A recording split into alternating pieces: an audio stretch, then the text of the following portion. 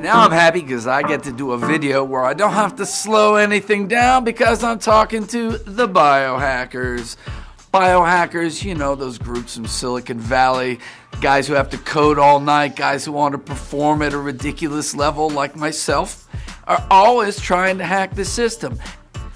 And they were leaders of bringing people into ketogenic diets because of the effects that it had on your cognitive performance, your energy levels, and that ability to just go bang it out all day.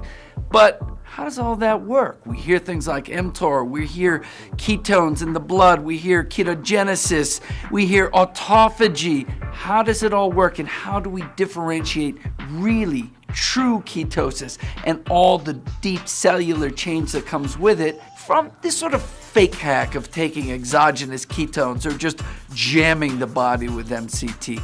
Now let's take a deep dive into how all that works. The initiation of my experience into the ketogenic diet was being taunted by Joe Mercola.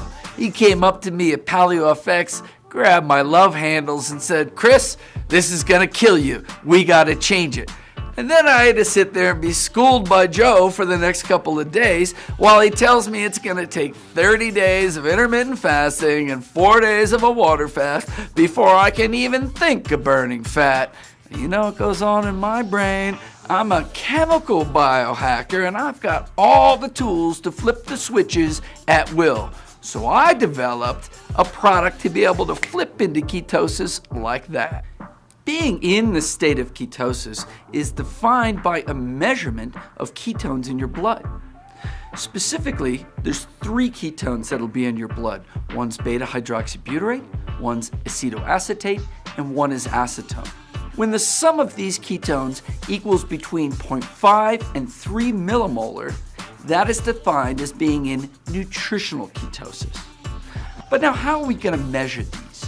On the market you have blood ketone meters, urinary ketone strip measurements, and breath ketones.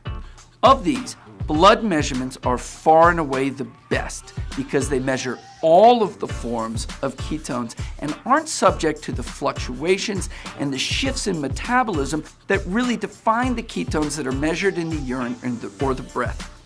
The urinary strips measure acetoacetate. Now, interestingly, acetoacetate is formed when the body is not truly fat adapted and cannot use your main ketone, beta-hydroxybutyrate. So you've got excess of it and the liver flips it to acetoacetate and then it comes through the urine. So in the beginning of moving into ketosis, when you're not really efficient at burning fat, you'll show a lot of the acetoacetate. And ironically, if you're using exogenous ketones, your body hasn't switched at a deep cellular level into true fat adaptation. So you're going to turn the majority of these ketones into acetoacetate and you'll see it coming through the urine. Now you might feel all good about yourself. Oh my God, I'm in ketosis. But that's really a false sense of security and a false reading of ketosis. The breath, similarly, is measuring acetone, which is another byproduct that shows that you're not truly efficiently using beta-hydroxybutyrate. And both the urinary levels and the breath levels are fluctuating throughout the day. So the true measure of being in ketosis is the blood measurement of ketones. So as biohackers, you're always looking for a way to hack into something. Here we'd be trying to hack into ketosis. So let's look at the supplements that are available now as keto hacks.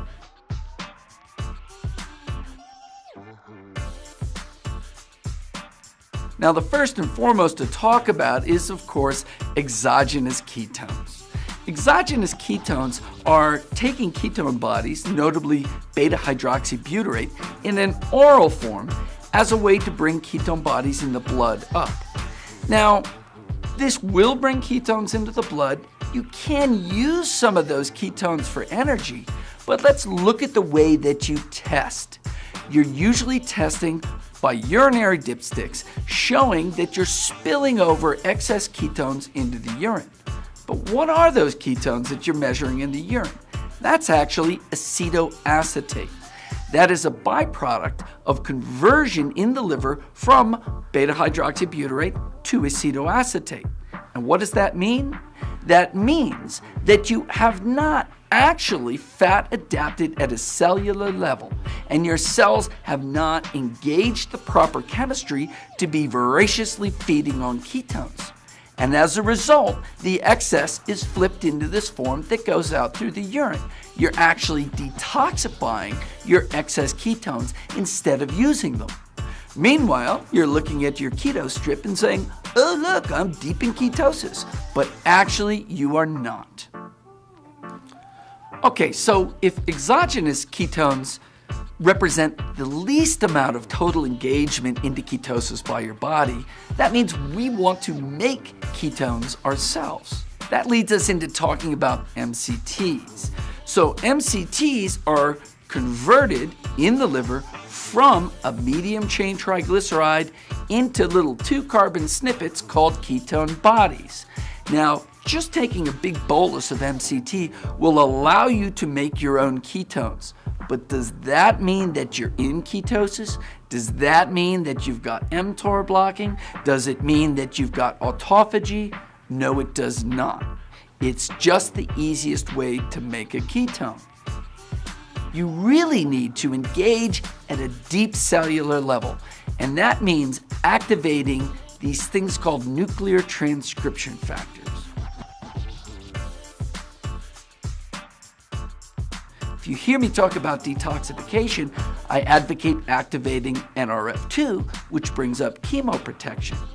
Here, we're using PPAR gamma and PPAR alpha, PPAR beta, and PPAR delta, all part of the PPAR family, which is a family of nuclear transcription factors bringing up transcription of a family of proteins that turns your body into a fat-burning machine. And with those is PGC1A. PGC1A is one of my favorite transcription factors because it turns up mitochondrial biogenesis and creates a higher density of energy-producing mitochondria in your cell. So how do we get to engage all this chemistry? Well, a deep fast or a very restrictive keto diet will get you fully into all those states. But we're biohackers. We don't want to do that, and we don't want to be restricted, and we want to have a life. So you need me to find the tools for you to do that quickly. And that brings us to specific botanical extracts. Nutraceuticals is the term for specific compounds that come out of a plant and have well-known mechanisms of action. In this case, we're going to take some things like resveratrol. Resveratrol was originally famous for being a fasting mimetic, meaning it's hitting some of those triggers that turn you into lipolysis or fat burning, as well as being an mTOR blocker that turns up autophagy. Other things, quercetin. Quercetin does the same thing, and it's also notorious for generating more NAD, or nicotinamide adenine dinucleotide, one of the major cofactors for all of your energy generating reactions. What else are we going to put in there? Milk thistle. Why is milk thistle so good for fatty liver? Because it's an mTOR blocker pushing you into autophagy. Diindolylmethane methane. People know that for estrogen metabolism, but it is also a blocker of mTOR, a driver into autophagy. And both of those also drive NAD production. The last two ingredients to look at in a hack like this would be berberine and cinnamon oil. Berberine and cinnamon oil are both used as natural elements for diabetes treatment. Anything with metabolic syndrome, insulin resistance responds so well to these two elements. In fact, berberine is called nature's metformin, but it is also a strong blocker of mTOR and a driver of autophagy. So if we get all these nutraceuticals together, very importantly, we need to get them into the body before they're metabolized in the GI tract. That's where the hacks come in. Because when we get these all pure into the bloodstream, they block glucogenesis They initiate lipogenesis, block mTOR, and put you into all the full glories of ketosis. And they can turn you on a dime. The ketogenic diet can have profound benefits. And if you're like me, you want to know what's the mechanism behind those benefits? What's going on inside that cell? And one of the most intriguing and powerful things that happens when you're in ketosis is a process called autophagy, or think about it as autophagy. Phagy means to eat. Auto means yourself. So autophagy means eating yourself. Now, why do we want to eat ourselves? And it's actually a more refined process than just eating yourself for energy. It's actually going into damaged cells and cellular organelles and digesting them and using their basic components to rebuild new, more perfect structures. In nature, man has periods of feasting and famine. It's during this low caloric access or times of natural fasting that you move inwardly and you digest and rebuild these structures, versus times where you have high caloric access where you lay down new body mass. And it's super important for longevity and health to swing the pendulum back and forth between laying down mass and going back and clarifying and purifying the mass that you have. In fact, I mentioned before an epidemic of non-alcoholic fatty liver disease. And this is specifically the failure of the body to go into this autophagic mechanism and go and rewrite and clean up the areas of the liver. The liver is regenerating super fast, and if you're constantly in excess of a high caloric, high carbohydrate diet, you're constantly storing fat into the liver until the liver is literally bursting at the seams. And the best way to purify and clean that up is during fasting and using different nutritional compounds that stimulate the same processes of autophagy using a pathway called mTOR. So no discussion around hacking mTOR is complete without talking about our long-term goals, and that's diminishing any age-related diseases and extending our lifespan. So far in the scientific literature, the only proven way to extend lifespan is through caloric restriction. And of course, those mechanisms at play there are mTOR pathway blocking and autophagy.